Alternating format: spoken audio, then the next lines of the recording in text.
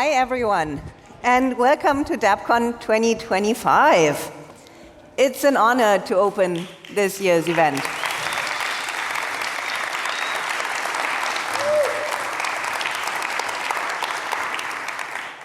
DappCon's always been special, particularly to me, because it's not about speculation.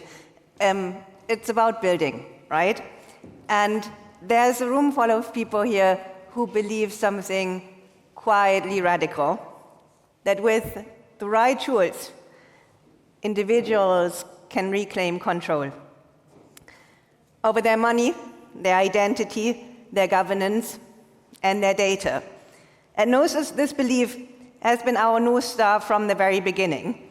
And by beginning, I mean a time when the fundamentals were barely in place, and everything in the Ethereum space still felt like a huge experiment. The Gnosis story is turning 10 this year, so it's been a while. There's a big wall of Gnosis in the hall, so check it out. I'll take you through some of our history, okay? So we started with prediction markets, not because we saw a market opportunity, but because we believed that they could serve as collective intelligence better than individuals and institutions, and kind of combating fake news, if you will, before that term even existed.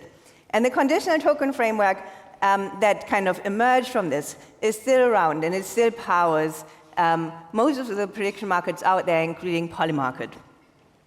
From there, our journey unfolded not as a master plan, but as a response to real needs. Each product we launched, each protocol we supported, emerged from a desire to unblock users, to remove friction, and to create new forms of coordination. When the existing multisigs were fragile, we built what later became the SAFE, which is now the standard for secure on-chain custody. Around the same time, we were thinking about how to improve access to long-tail tokens, assets that are absolutely essential for prediction markets, but are very poorly served by DEXs that then existed, which were automated market maker based only. And this is how we started building Cow Protocol, actually. So initially, it was designed for this use case of trading long-tail assets. But we soon realized that we could turn Ethereum's discrete block time into an advantage, which led us to batch auctions and intent-based execution, which now protects users from front-running and improves price outcomes for users in the space. Cow is now the biggest DEX aggregator, and it's used by most pro users. As Ethereum adoption grew, so did the pressure on block space. Fees rose, throughput bottlenecked. You guys remember this, right? Became harder for everyday users to participate meaningfully just because of price pressure. That's why we joined forces with the XDAI community to evolve what then became Gnosis Chain, a credibly neutral, community-governed network with hundreds of thousands of validators.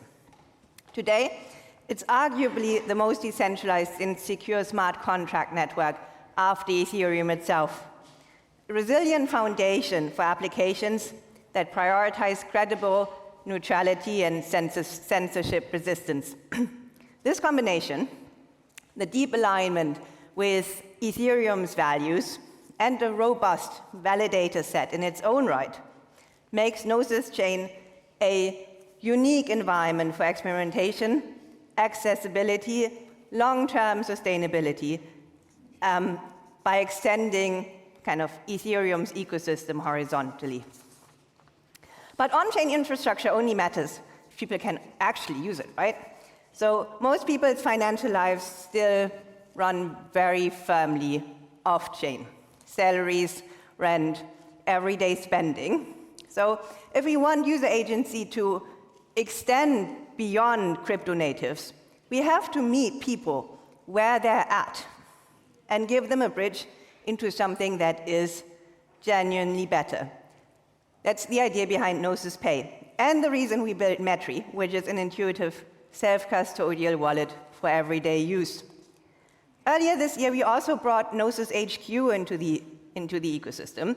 It's an on-chain business account built on top of the safe, helping teams, DAOs, and cross-border organizations manage permissions, payments, and reporting.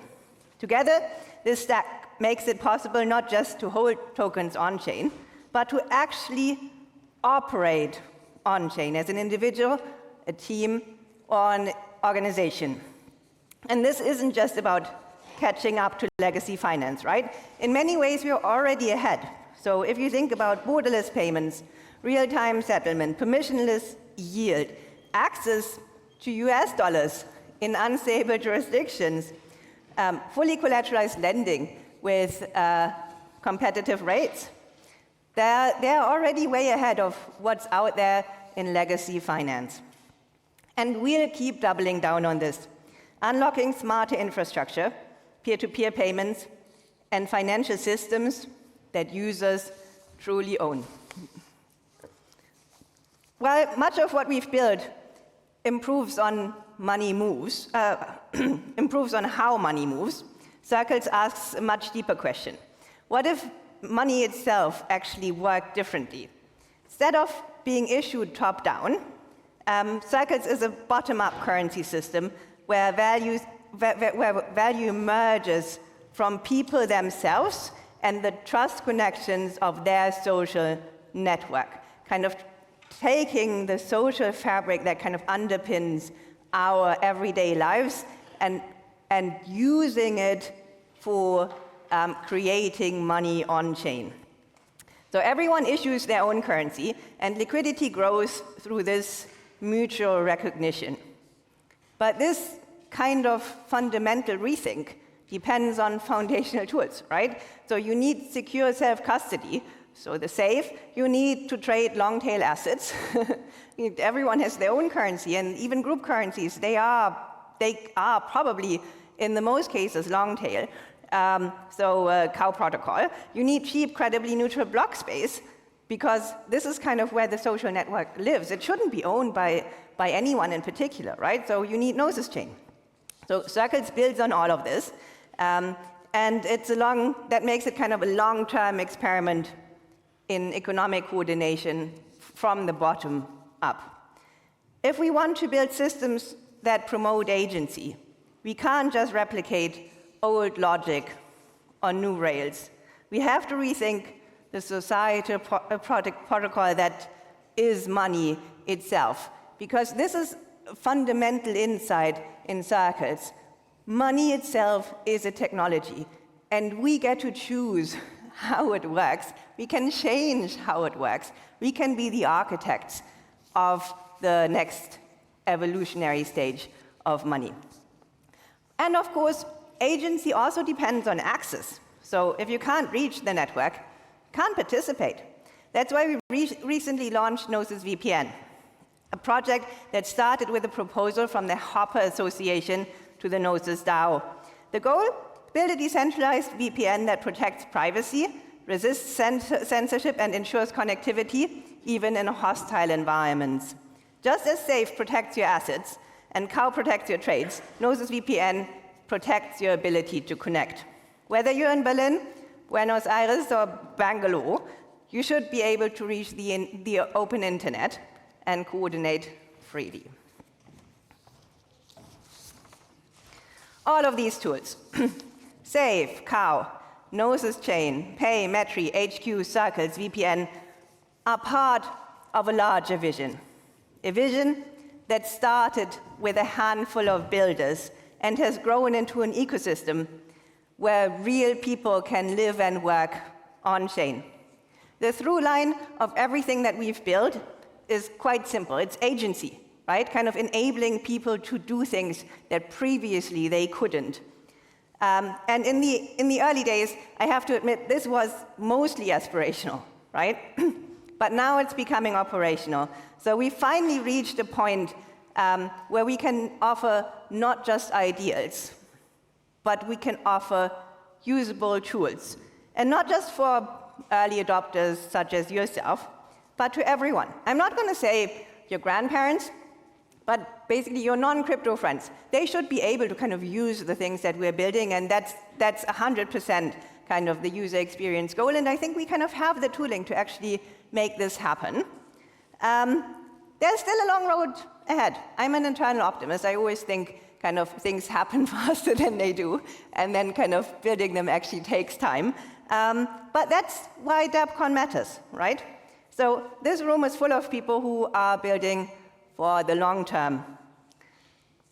People who want to shape infrastructure, who want to build dApps, and who don't primarily chase trends. So let's keep going. Let's build for the world that we actually want, open by default, and controlled by the people who use it. Thank you, and welcome to DappCon 2025.